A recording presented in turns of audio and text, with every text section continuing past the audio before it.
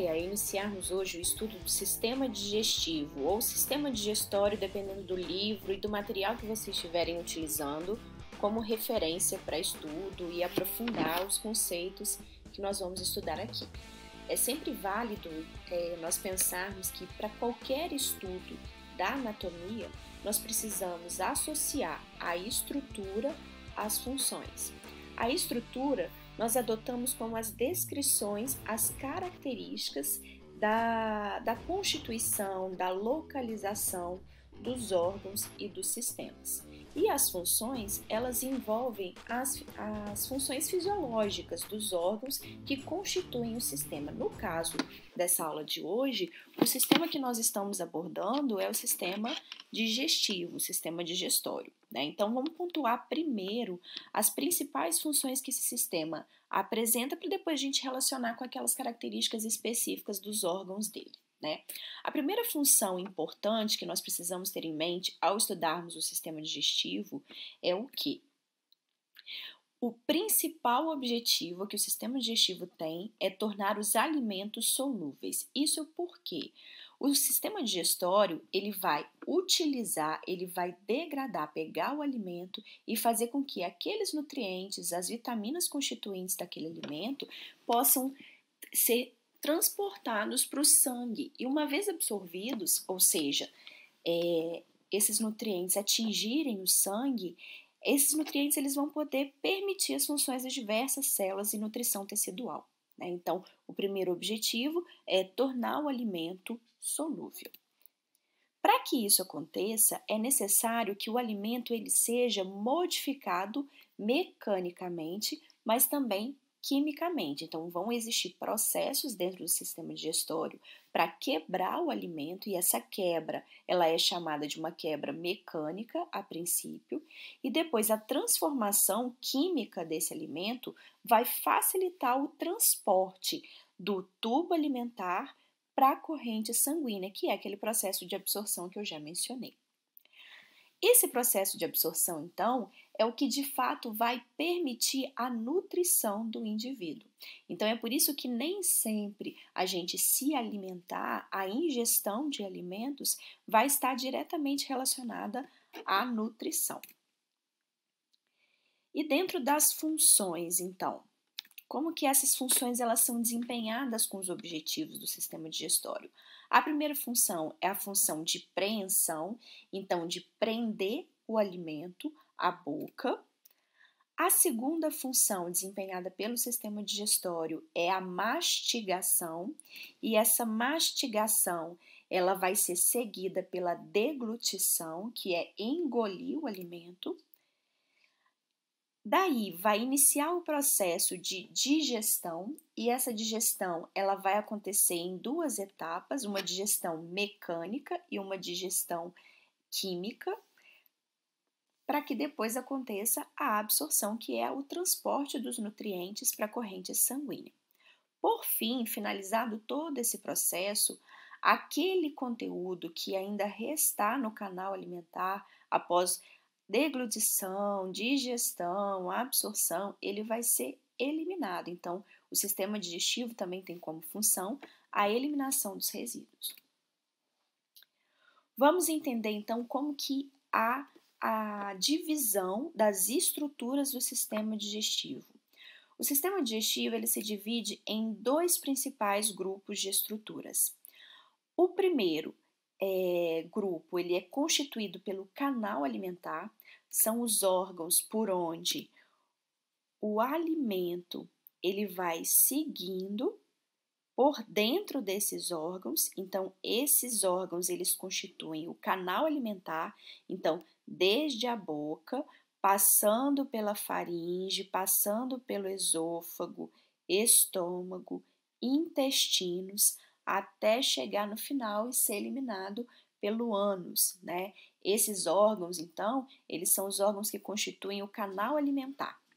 Além do canal alimentar, nós temos também os órgãos anexos. Esses órgãos anexos, eles participam das funções do sistema digestivo, mas o alimento, ele não passa por dentro desses órgãos. E quais são eles? são glândulas, como por exemplo aqui o fígado e também o pâncreas, além da vesícula biliar, que também participa do processo de digestão. Vamos pegar então primeiro o canal alimentar, por onde o alimento passa ao longo de todo o sistema digestivo, e aí a gente vai iniciar pela boca e pela cavidade bucal. Na boca, nós vamos observar a primeira região, que é chamada de vestíbulo da boca. O vestíbulo da boca, ele é posicionado, é uma área posicionada entre os lábios e também os dentes e a gengiva. Eu costumo brincar que para a gente delimitar essa área do vestíbulo da boca, é simplesmente a gente fechar a boca, encher de ar e aquele espaço que estufar os lábios para frente entre os dentes vai ser justamente o vestíbulo da boca. Fica mais fácil da gente delimitar essa região. A cavidade bucal, propriamente dita, ela vai ser delimitada anteriormente pelos dentes e posteriormente pelo início da faringe aqui na orofaringe. Então, tudo que estiver envolvido, toda a área envolvida entre palato, língua, dentes e a faringe, tudo isso vai constituir a cavidade bucal propriamente dita. Ainda dentro dessa cavidade bucal, pertencendo à área da cavidade bucal propriamente dita, eu acabei de relatar, de mencionar para vocês a existência do palato. E o palato ele é dividido em duas regiões. O palato duro, constituído por um tecido ósseo, né? E o palato mole, que vai ser constituído pelos tecidos moles que envolvem a cavidade bucal propriamente dita. Então, se nós olharmos nessa imagem, nós vamos perceber que na parte superior da cavidade oral propriamente dita e anterior, nós temos uma região óssea, que é aquela região que nós chamamos de céu da boca, e essa região, pela característica do tecido ósseo, ela é uma região mais rígida, por isso chamada de palato duro. Posteriormente a essa região óssea, nós temos o palato mole e todas as estruturas de transição da cavidade oral para a faringe. Essas estruturas, úvula, arco palato-glosso, fossa tonsilar, arco palato-faríngeo e istmo das fauces, vão delimitar posteriormente a cavidade oral propriamente dita. E inferiormente na cavidade oral, nós temos a língua. A língua, ela vai participar do processo de deglutição para empurrar o alimento que foi mastigado na cavidade oral para a faringe, por onde o alimento ele vai seguir ao longo de todo o canal alimentar. E a anatomia da língua, ela envolve alguns pontos importantes. Primeiro, o dorso da língua. O dorso da língua é toda essa superfície superior da língua, né? E essa superfície superior da língua, ela é formada por estruturas anatômicas como se fossem várias bolinhas que são chamadas de papilas linguais. A língua, para que ela consiga executar essa função de auxiliar na deglutição, de empurrar o alimento para a faringe, ela precisa estar fixa em algum ponto da faringe, que é justamente a raiz da língua. Como eu disse para vocês também, a mastigação que acontece na cavidade oral propriamente dita, ela é realizada pelos dentes e a anatomia do dente, basicamente para que a gente tenha um conhecimento bem básico mesmo, né? Isso é mais aprofundadamente estudado pelos odontólogos. Nós temos 3 estruturas principais que constituem aqui os dentes. A primeira estrutura é a raiz, por onde tem a fixação do dente. A segunda estrutura que nós temos é o colo, e o colo ele vai ser uma região delimitada entre a raiz e a coroa, que é o que nós visualizamos na cavidade oral, que é a parte branquinha do dente que a gente vê, né? Existem alguns tipos de dentes, que são os dentes incisivos, os caninos, os pré-molares e os molares. Para auxiliar nesse processo inicial do sistema digestório, da função inicial do sistema digestório, lembra que eu falei para vocês que um dos objetivos do sistema é tornar o alimento solúvel, né? Então, para que isso comece a acontecer, para que comece a ocorrer uma alteração química do alimento, existem algumas glândulas que são as glândulas salivares, né? Essas glândulas, elas são chamadas de glândula parótida, submandibular e sublingual. Aqui nessa imagem nós conseguimos visualizar os 3 grupos de glândulas, a parótida, mais posicionada posteriormente aqui na próxima articulação temporomandibular. O grupo de glândulas salivares submandibulares estão localizados justamente abaixo da mandíbula e o grupo de glândulas sublinguais está localizado abaixo da língua. Então, descendo um pouquinho mais agora no canal alimentar, nós atingimos então a faringe. E essa estrutura da faringe, ela é anatomicamente dividida em 3 regiões, né? A nasofaringe, a orofaringe e a laringofaringe.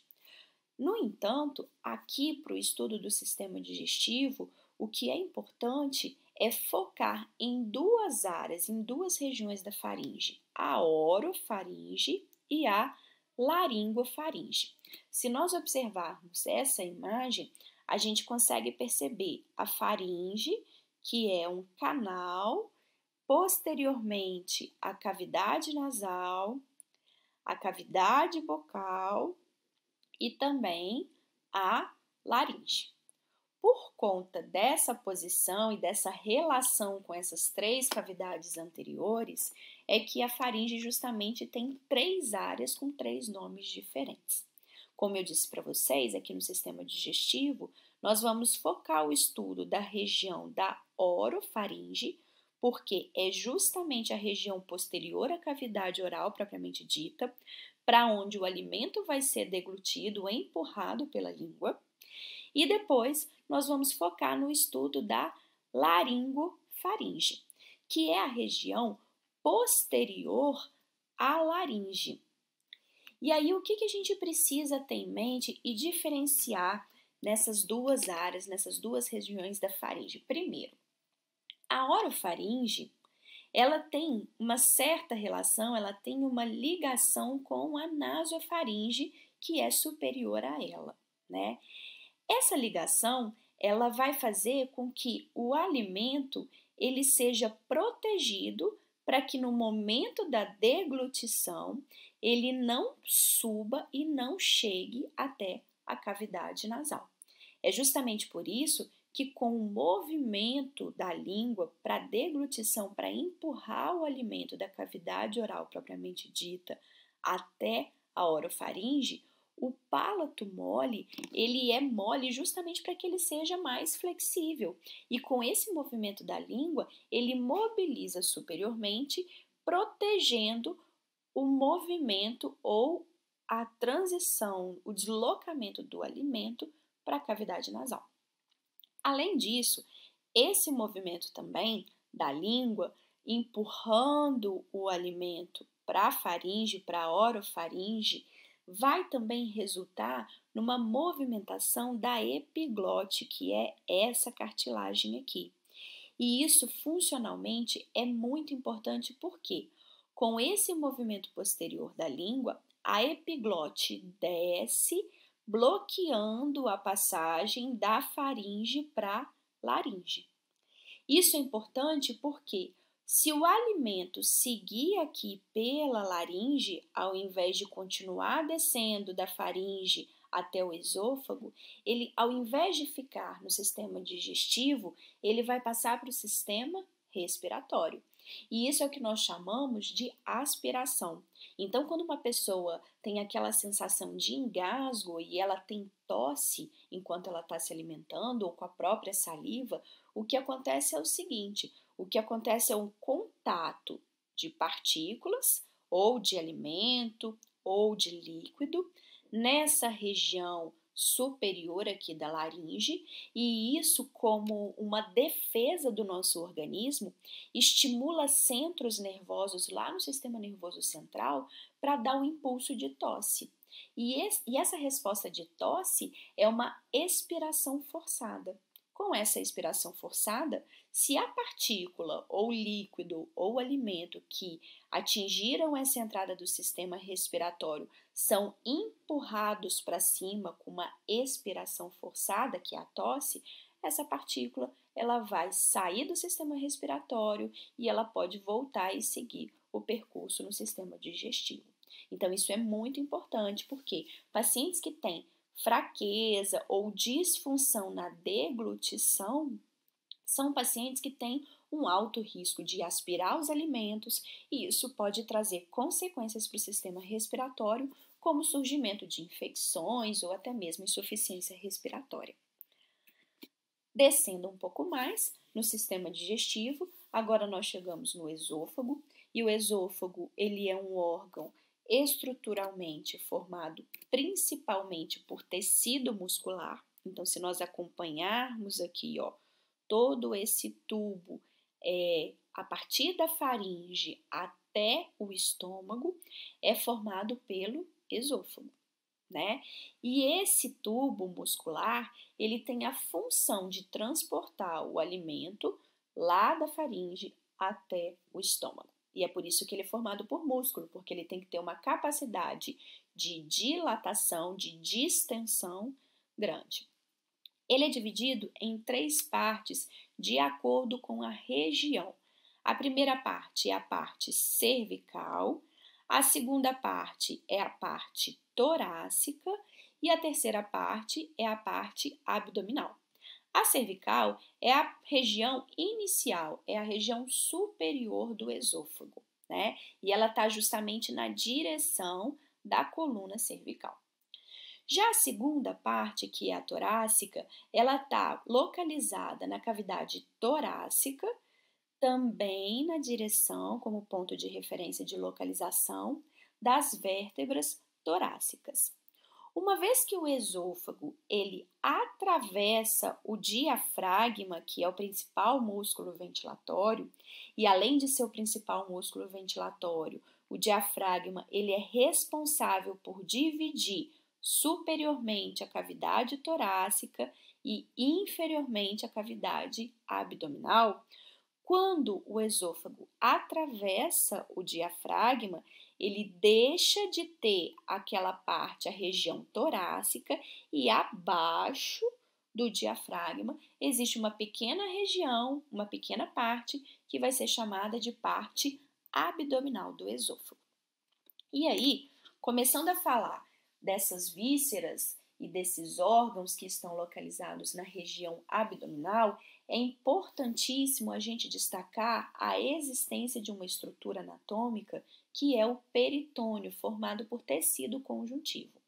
O peritônio, assim como outras membranas que revestem as vísceras, ele é formado por 2 camadas, a camada ou a lâmina visceral e a lâmina parietal. A visceral é aquela que está em contato direto com os órgãos da cavidade abdominal revestidos pelo peritônio.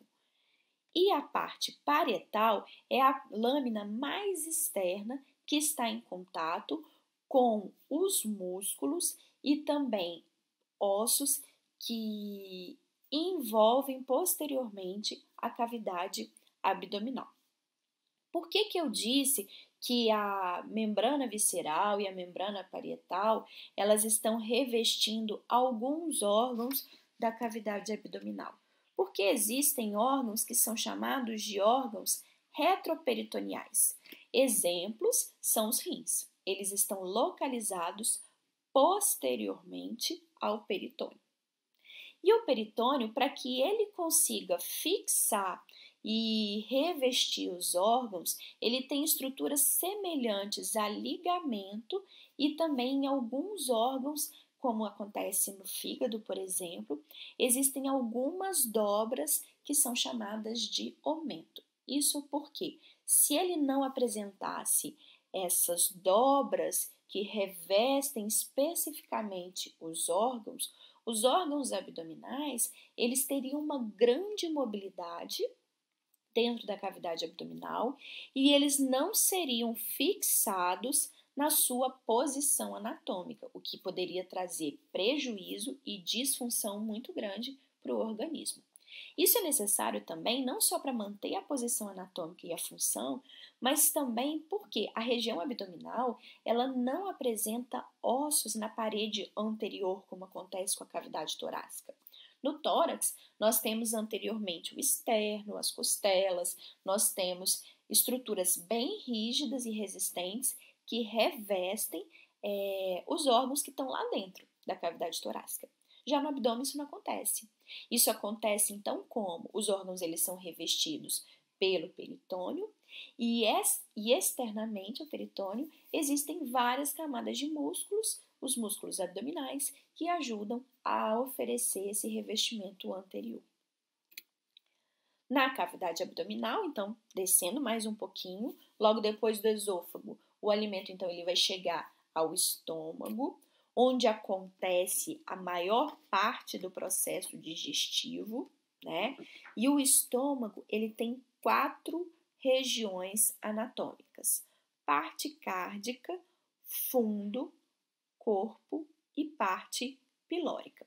A parte cárdica é essa região aqui, olha, inicial do estômago. Então, por onde o alimento ele chega e passa e começa a atingir o interior do estômago. O fundo, ao contrário do que a maioria das pessoas pensa, ele não está localizado inferiormente no estômago. Ele está localizado superiormente ao estômago e é chamado de fundo. A gente costuma até brincar, às vezes, aquela pessoa que come em excesso, que se alimenta muito, a gente não brinca que essa pessoa é uma pessoa sem fundo. Por quê, gente? É uma analogia que não tem tanta relação com a fisiologia, mas tem uma explicação anatômica.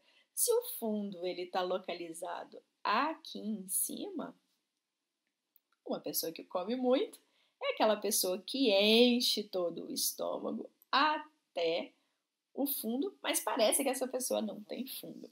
É uma brincadeira bem besta. Continuando, então, depois do fundo, nós temos o corpo, que é a principal região, é a maior área que nós temos desse órgão.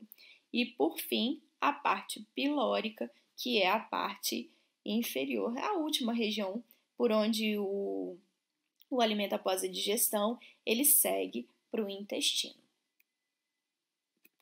Aqui nessa imagem, então, a gente pode ver a região interna do estômago. Lembra que eu falei para vocês que ele tem o papel principal da digestão? Então, aqui por dentro, nós temos primeiro estruturas musculares, que são aquelas estruturas responsáveis pelo movimento de mistura do alimento, né? E esse movimento de mistura, ele é primordial para que aconteça a digestão. E existem também tecidos que vão auxiliar não só nesse movimento de mistura, mas para fazer com que o transporte ao longo do sistema digestório continue e o alimento ele seja empurrado, então, para o intestino. Chegando no intestino, nós temos duas áreas, dois tipos, né? Duas divisões do intestino, que é o intestino delgado e o intestino grosso. Vou mostrar para vocês a figura aqui que fica mais fácil de vocês visualizarem, né? Logo depois que sai do estômago, então, o produto da digestão, ele vai chegar no duodeno, que é uma região do intestino delgado.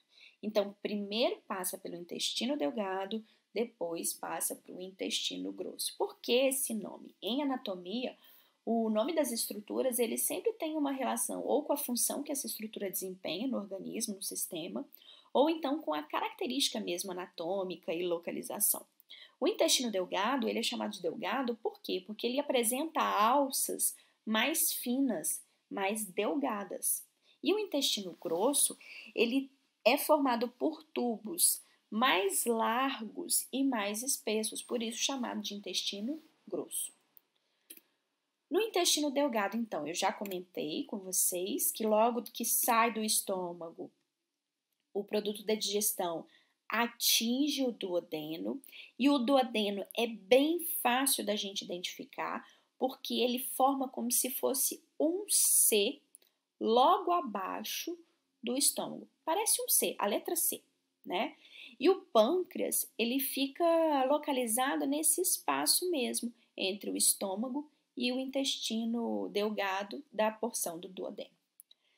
Seguindo, descendo ao longo do intestino delgado, o produto da digestão sai do duodeno e vai para as alças intestinais agora, que são constituídas pelo jejuno e ilho. Seguindo então no seu trajeto, agora do intestino delgado passa para o intestino grosso, e o intestino grosso ele é dividido também em algumas porções, em algumas regiões, que são elas, saindo aqui do jejuno e do ilho, que são aquelas alças mais finas, agora o resultado, o produto da digestão, né, e da absorção, ele vai seguindo para o seco, e aqui nós temos a junção ilho, seco, cólica.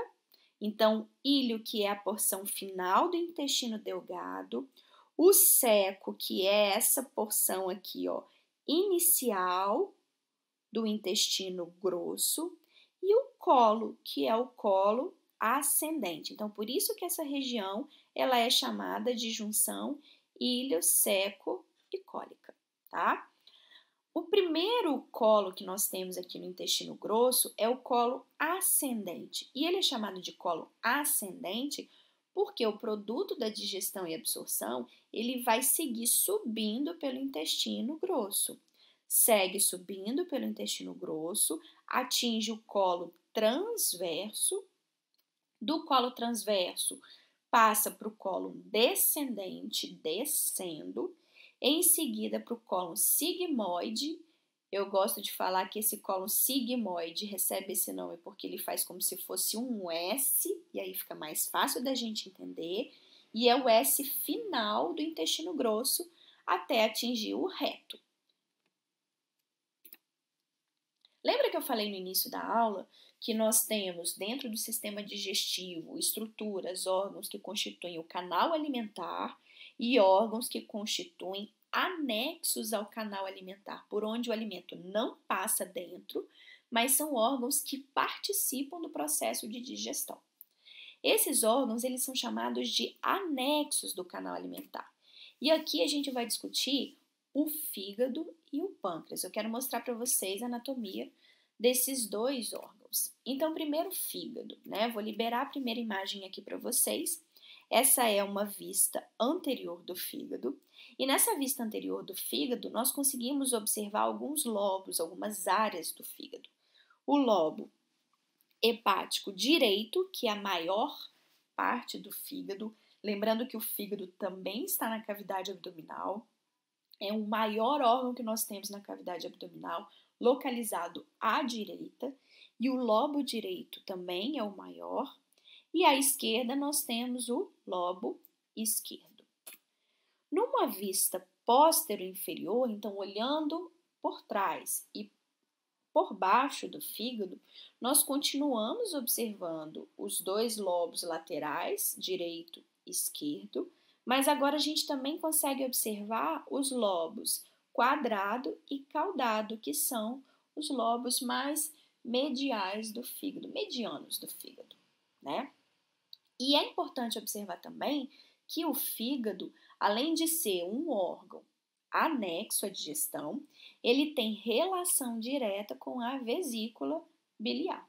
Então, a vesícula, que também participa do processo e auxilia ao sistema digestivo, essa vesícula também tem uma relação anatômica importante com o fígado. Um pouquinho mais superior, agora subindo, nós temos também um outro órgão anexo, que é o pâncreas, tem uma função glandular, participa da digestão, lembrando que ele está localizado entre o estômago e o intestino, e o pâncreas, ele tem algumas regiões anatômicas importantes para a gente também identificar.